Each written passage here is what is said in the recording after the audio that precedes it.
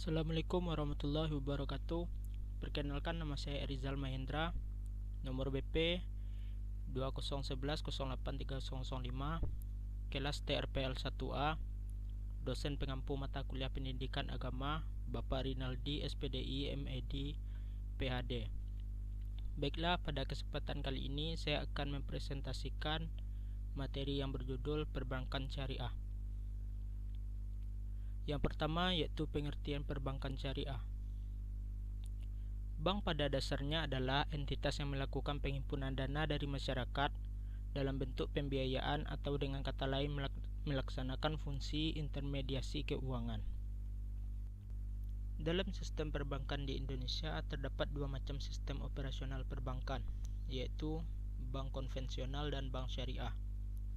Sesuai dengan Undang-Undang Nomor 21 Tahun 2008 tentang Perbankan Syariah, bank syariah adalah bank yang menjalankan kegiatan usaha berdasarkan prinsip syariah atau prinsip hukum Islam yang diatur dalam Fatwa Majelis Ulama Indonesia, seperti prinsip keadilan dan keseimbangan, kemaslahatan, universalisme, serta tidak mengandung ghar, masyir, riba, zalim, dan objek yang haram. Yang kedua yaitu prinsip dan dalil. Ada sejumlah prinsip dalam Islam yang mendasari produk dan kegiatan perbankan syariah. Di antaranya 1. Mudharabah. Mudharabah yaitu akad kerjasama antara sahibul mal atau pemilik modal dan mudarib, pengelola dana, yang pembagian keuntungannya berdasarkan hasil menurut kesepakatan awal.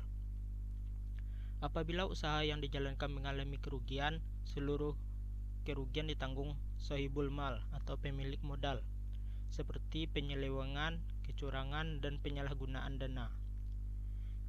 Prinsip mudharabah dibagi menjadi dua, yaitu mudharabah mutlaqah dan mudharabah muqayyadah. Yang kedua yaitu musyarakah.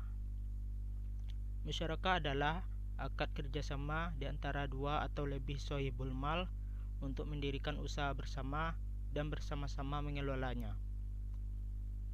Perihal keuntungan dibagi sesuai kesepakatan, sedangkan kerugiannya ditanggung menurut kontribusi modal masing-masing. Jenis-jenisnya ada 4, yaitu syirkah mufawadah, syirkah inan, syirkah amal, dan syirkah wujud. Yang ketiga yaitu wadiah. Wadiah yaitu titipan murni dari satu pihak ke pihak lain. Prinsip wadiah digolongkan menjadi dua macam, yakni wadiah yad amanah dan wadiah yad damanah. Keduanya berbeda. Wadiah yad amanah bisa diartikan si penerima wadiah tidak bertanggung jawab jika kehilangan dan kerusakan pada wadiah yang bukan disebabkan kelalaian atau kecerobohan penerima wadiah. Sementara dalam wadiah yad damanah, si penerima wadiah boleh menggunakan wadiah atas seizin pemiliknya, dengan syarat dapat mengembalikan wadiah secara utuh kepada pemiliknya. Yang keempat yaitu murabahah. Murabahah berarti akad jual beli yang melibatkan bank dengan nasabah yang disepakati oleh kedua pihak. Yang kelima, salam. Salam yaitu transaksi jual beli suatu barang tertentu antara pihak penjual dan pembeli dengan harga yang terdiri atas harga pokok barang dan keuntungan yang ditambahkannya setelah disepakati bersama. Ketujuh yaitu istisna. Bisa diartikan sebagai transaksi jual beli yang hampir sama prinsip dengan salam, yakni jual beli dan penyerahan yang dilakukan kemudian, sedangkan penyerahan uangnya bisa dicicil atau ditangguhkan. Yang ketujuh yaitu ijarah. Prinsip ijarah merupakan akad pemindahan hak guna barang atau jasa dengan pembayaran upah sewa tanpa diikuti dengan pemindahan kepemilikan. Yang kedelapan yaitu qard. Prinsip yang satu ini merupakan perjanjian pinjam meminjam uang atau barang yang dilakukan tanpa ada orientasi keuntungan. Namun, pihak bank sebagai pemberi pinjaman boleh meminta ganti biaya yang diperlukan dalam kontrak qard 9. Hawalah atau hiwalah. Prinsip hawalah diartikan sebagai pengalihan utang dari orang yang berutang kepada orang lain yang wajib menanggungnya. 10. Wakalah. Prinsip wakalah timbul karena salah satu pihak memberikan suatu objek perikatan yang berbentuk jasa, atau dapat juga disebut sebagai meminjamkan dirinya untuk melakukan sesuatu atas nama diri pihak lain.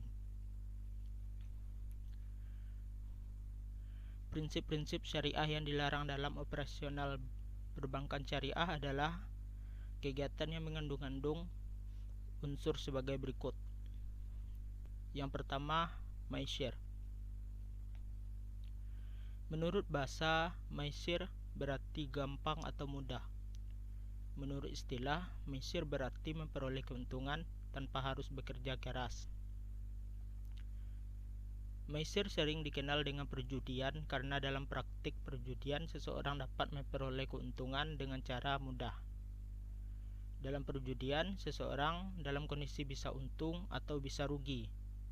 Judi dilarang dalam praktik keuangan Islam, sebagaimana disebutkan dalam firman Allah dalam Quran Surat Al-Maidah ayat 90. Yang artinya, hai orang-orang yang beriman, sesungguhnya kamar, maisir, berhala, mengundi nasib dengan panah adalah perbuatan keji, termasuk perbuatan setan. Maka jauhilah perbuatan-perbuatan itu agar kamu mendapat keberuntungan. Yang kedua yaitu gahar. Menurut bahasa, gharar berarti pertaruhan. Menurut istilah, gharar berarti sesuatu yang mengandung ketidakjelasan, pertaruhan, atau perjudian. Setiap transaksi yang masih belum jelas barangnya atau tidak berada dalam kuasanya alias di luar jangkauan termasuk jual beli gharar. Misalnya membeli burung di udara atau ikan dalam air, atau membeli ternak yang masih dalam kandungan induknya termasuk dalam transaksi yang bersifat gharar. Dilarang gharar karena memberikan efek negatif dalam kehidupan, karena gharar merupakan praktik pengambilan keuntungan secara batil. Ayat yang melarang gharar diantaranya terdapat pada Quran Surat Al-Baqarah ayat 188 yang artinya, dan janganlah sebagian kamu memakan harta sebagian yang lain di antara kamu dengan jalan yang batil, dan janganlah kamu membawa urusan harta itu kepada hakim, supaya kamu dapat memakan sebagian daripada harta benda orang lain itu dengan jalan berbuat dosa, padahal kamu mengetahui. Yang ketiga yaitu riba. Makna harfiah dari kata riba adalah pertambahan, kelebihan, pertumbuhan, atau peningkatan. Sedangkan menurut istilah teknis, riba berarti pengambilan tambahan dari harta pokok atau modal secara batil. Para ulama sepakat bahwa hukumnya riba adalah haram. Sebagaimana terdapat dalam Quran Surah Al-Baqarah ayat 275 yang artinya, orang-orang yang memakan riba tidak dapat berdiri melainkan seperti berdirinya orang yang kemasukan setan karena gila. Yang demikian itu karena mereka berkata bahwa jual beli sama dengan riba. Padahal Allah telah menghalalkan jual beli dan mengharamkan riba. Barang siapa mendapat peringatan dari Tuhannya lalu dia berhenti, maka apa yang telah diperolehnya dahulu menjadi miliknya dan urusannya terserah kepada Allah. Barang siapa mengulangi, maka mereka itu penghuni neraka, mereka kekal di dalamnya. Hal serupa juga tercantum pada Quran Surah An-Nisa ayat 161 dan Quran Surah Ali Imran ayat 130. Tujuan dan fungsi bank syariah. Perbankan syariah dalam melakukan kegiatan usahanya berasaskan pada prinsip syariah, demokrasi ekonomi, dan prinsip kehati-hatian. Perbankan syariah bertujuan menunjang pelaksanaan pembangunan nasional dalam rangka meningkatkan keadilan, kebersamaan, dan pemerataan kesejahteraan rakyat. Sedangkan fungsi dari perbankan syariah adalah 1. Bank syariah dan UUS atau unit usaha syariah wajib menjalankan fungsi menghimpun dan menyalurkan dana masyarakat. 2. Bank syariah dan UUS dapat menjalankan fungsi sosial dalam bentuk lembaga baitul mal, yaitu menerima dana yang berasal dari zakat, infak, sedekah, hibah, atau dana sosial lainnya dan menyalurkannya kepada organisasi pengelola zakat. 3. Bank syariah dan UUS dapat menghimpun dana sosial yang berasal dari wakaf, uang, dan menyalurkannya kepada pengelola wakaf atau nazir sesuai dengan kehendak pemberi wakaf atau wakif. 4. Pelaksanaan fungsi sosial sebagaimana dimaksud pada ayat 2 dan ayat 3 sesuai dengan ketentuan peraturan perundang-undangan. Perbedaan perbankan syariah dan perbankan konvensional. Pada bank konvensional bebas nilai dan pada bank syariah berinvestasi pada usaha yang halal. Pada bank konvensional yaitu terdapat sistem bunga dan pada bank syariah atas dasar bagi hasil atau margin, keuntungan dan fee. Pada bank konvensional yaitu besaran bunga tetap. Sedangkan pada bank syariah besaran bagi hasil berubah-ubah tergantung kinerja usaha. Bank konvensional profit oriented atau kebahagiaan dunia saja, sedangkan bank syariah profit dan falah oriented, kebahagiaan dunia dan akhirat. Pada bank konvensional hubungan debitur dan kreditur, sedangkan pada bank syariah pola hubungannya yaitu kemitraan atau musyarakah dan mudarabah, penjual pembeli, murabahah, salam dan istisna, sewa menyewa atau ijarah, debitur kreditur dalam pengertian equity holder atau card. Yang keenam, pada bank syariah tidak ada lembaga sejenis dengan Dewan Pengawas Syariah. Pada bank konvensional tidak ada lembaga sejenis Dewan Pengawas Syariah dan pada bank syariah ada Dewan Pengawas Syariah. Perbedaan antara sistem bunga bank dengan prinsip bagi hasil bank syariah. Sistem bunga pada bank yaitu asumsi selalu untung. Pada sistem bagi hasil ada kemungkinan untung rugi.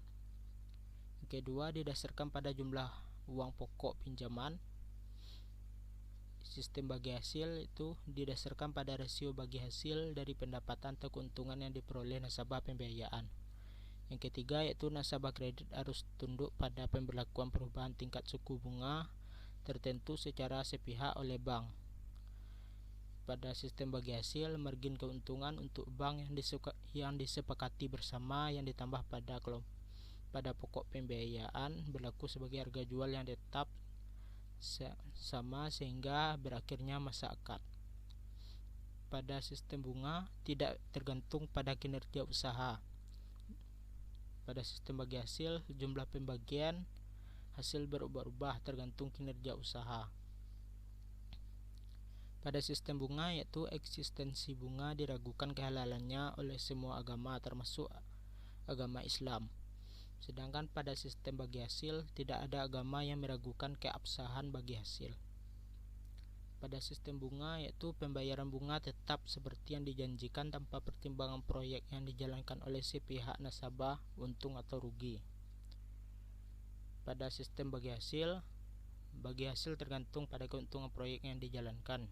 Jika proyek itu tidak dapat mendapatkan keuntungan maka kerugian akan ditanggung bersama. Yang berikutnya yaitu manfaat menggunakan produk bank syariah. Yang pertama yaitu terhindar dari riba. Yang kedua, berdasarkan syariah Islam. Yang ketiga, keuntungannya diberikan berdasarkan bagi hasil. Yang keempat, dijamin lembaga penjamin simpanan atau LPS. Yang kelima, dana ditujukan untuk kepentingan dan kemaslahatan umat. Terima kasih telah menyaksikan. Maaf apabila ada kesalahan. Saya akhiri. Assalamualaikum warahmatullahi wabarakatuh.